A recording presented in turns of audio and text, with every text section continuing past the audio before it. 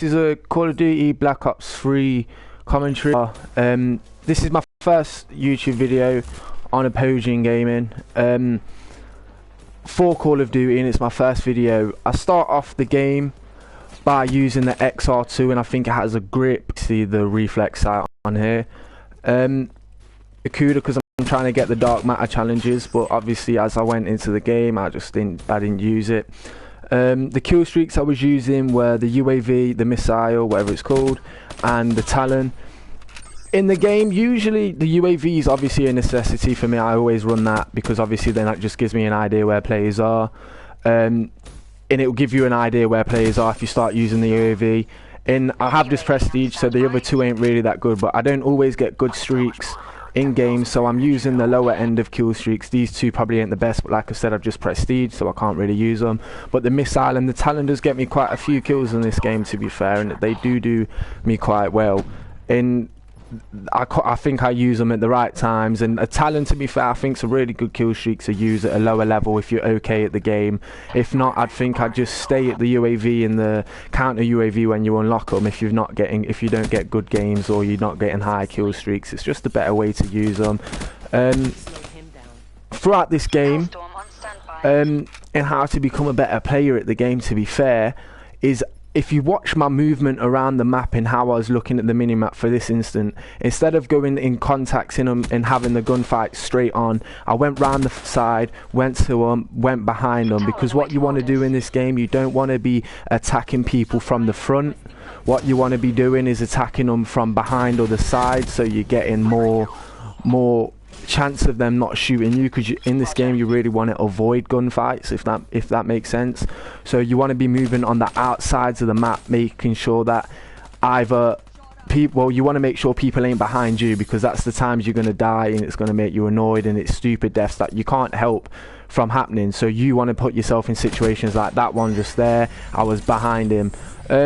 I was using the specialist, I was using the Sparrow this game, which I think I utilised really well. I think I get a triple kill with it at one point and nearly get the quad, but I mess it up. But it happens quite a bit. My first death was there. As you can see, like I was just explaining to you, I went head on, two people were there.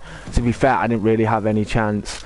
In this game also, what I was doing is I was making sure I wasn't staying in the main areas, as like I've been saying before. I'm trying to stay on the outsides of it, because the thing is, if you go into the main areas where a lot of people are, you're going to come into situations where there's 2-3 people, and you might be able to get that 1 or 2 kills maybe, but the difference is when you're walking into it and when you're starting to getting pushed away by like other people, and people start coming onto you, then what's going to happen is you're going to get caught in confrontation, and everyone's going to be shooting you, and you might get that 1 kill like I've just said, but the only problem is you're going to get that death, and then you're going to have to respawn, and you spend more time out of the areas, because that you can see like I was doing there. What I did, jumped in the middle, checked my areas, checked my corners, and then made sure that I wasn't in that area for too long, because the longer you stay in that area, the more time they have to get onto you. And perk wise, if you're starting off the game at a level 1, you can't have Ghost. So to be fair, the first 53 levels or whatever, I think it's 38 levels maybe, what you need to be doing is you need to be making sure that someone in your team, if you run with someone else it helps, but someone in your team is definitely running around taking out them higher taking out their UAVs, the counter UAVs, because the more time they have spent looking on you, the more time they know where you are, the more time they can position. They get a better positioning, you die and stuff like that, so it's not good for you. It's not going to help you in your game. Sorry about that. Another thing, when you're starting off in the game, what you need to do is, a major thing is learning the maps.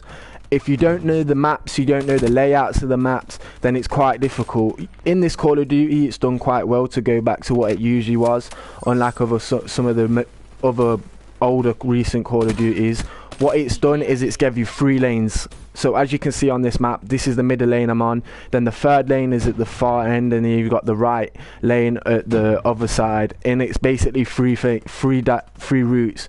And mainly where most of the gunfights are going to start taking place are just where I'm going into now, because as you can see, this courtyard kind of area is where the main battles and main gunfights and cross gunfights are going to come along.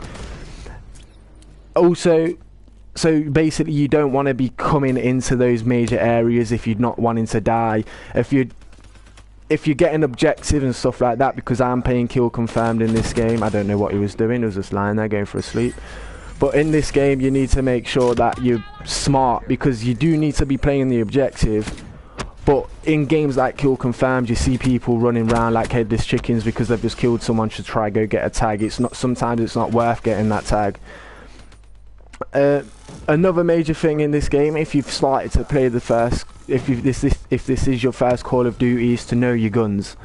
In this game I'm using the XR2, which is a burst gun, which is a good gun for this map. It's long, this is a long range map, there's a lot of long distance gunfights which you will see, but the XR2 does quite well at short distances, in close distances, if you can get that shot off quick enough, if you can get that hip fire off into them quick enough, and you can press that trigger and you know the burst, because it has like it has a way that it bursts. So if you know the way that it bursts, then you know when to shoot, when to fire it, and when everything's best.